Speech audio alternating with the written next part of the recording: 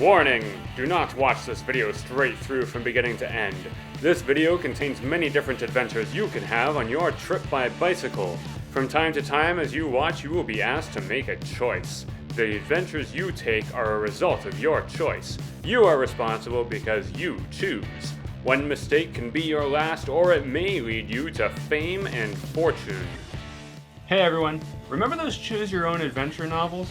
This week is the Commuter Challenge, and this is an opportunity to pick your own adventure as far as getting to work. Just the choice to bike to work is not the only choice you're going to make. You've got to choose the route you're going to take. And your choices for that are going to be based on all kinds of things, like how comfortable you are riding a bike on Regent Street, or how physically fit you are. Can you actually get up some of those hills? So the way this works is you're going to see a video from my point of view riding down the street. At certain points, there's going to be a second video that shows up in the frame, and you can click that and continue the journey according to that route. So let's get started.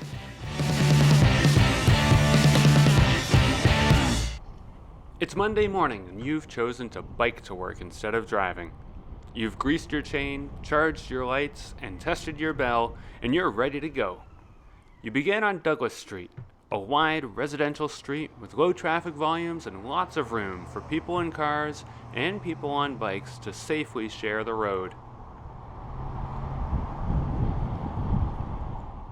The speed limit is 50 kilometers per hour, but most drivers stay well below that maximum. As you approach Regent Street, you are given a choice. To continue on Douglas Street, keep watching. To turn left onto Regent, click here. You must make your choice in 3, 2, 1.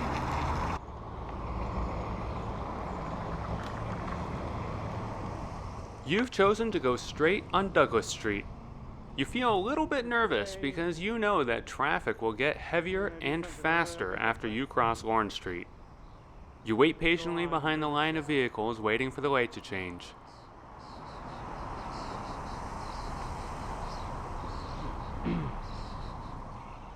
Traffic on Lorne, as you can see, is rather heavy. Birds chirp as a less patient driver cuts through the gas station to make a right turn.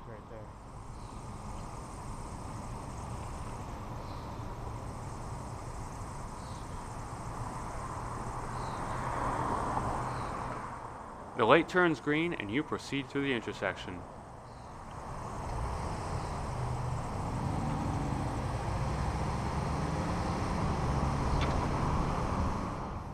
The asphalt beneath your wheels is smooth and even, and you feel yourself picking up speed. Traffic is not as heavy as you expected it to be on this major arterial road. There are huge gaps between vehicles, but when cars go by, they go by at 50 to 60 kilometers per hour, making you feel pretty uncomfortable. And with no dedicated space for people on bikes, this part of Douglas starts to feel dangerous. You have a choice. To follow this road onto Brady along with the traffic, click here. To go up the hill to Riverside, keep watching. Make your choice in 3, 2, 1. You've chosen to go up the hill to Riverside. Momentum carries you much of the way, but it does take some effort to climb the hill.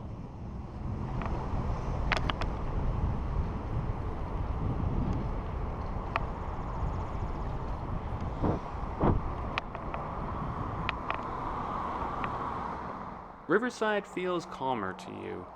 The trees and houses give it a more residential feeling. But the lack of a sidewalk on one side makes it feel more like a parkway than a neighborhood. Traffic is very light, and you wonder why the road was built so wide. You can tell that there's enough room for bike lanes on both sides of the street, and maybe even a sidewalk on both sides of the street.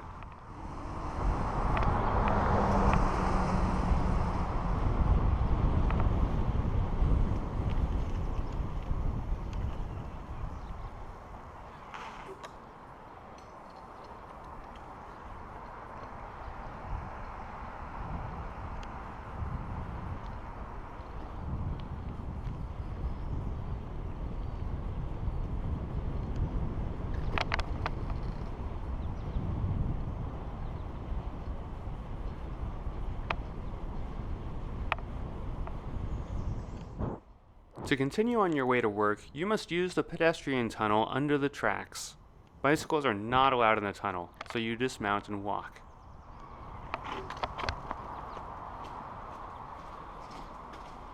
You remember that this tunnel was built in 1961 at the same time as the Brady Underpass, and the ramp was included as a consideration for mothers pushing baby carriages.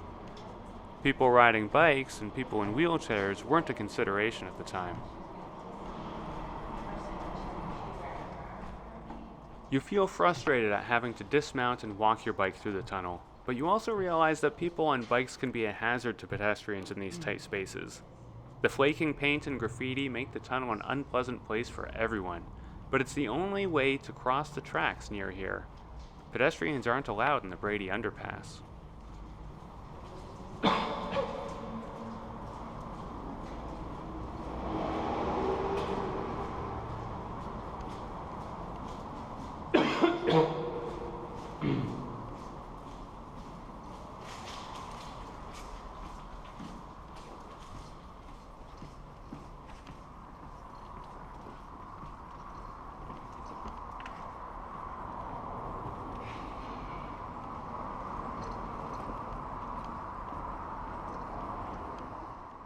You walk into the light of day and get back on your bike on Regent Street.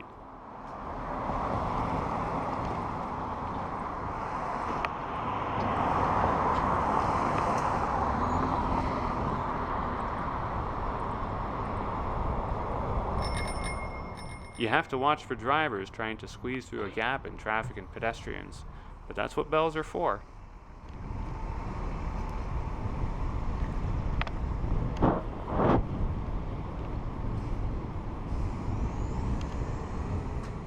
It's almost 8:30 in the morning and traffic downtown is very light, and you notice there's lots of on-street parking spaces available, but very few bike racks. You see more people on foot than drivers in cars.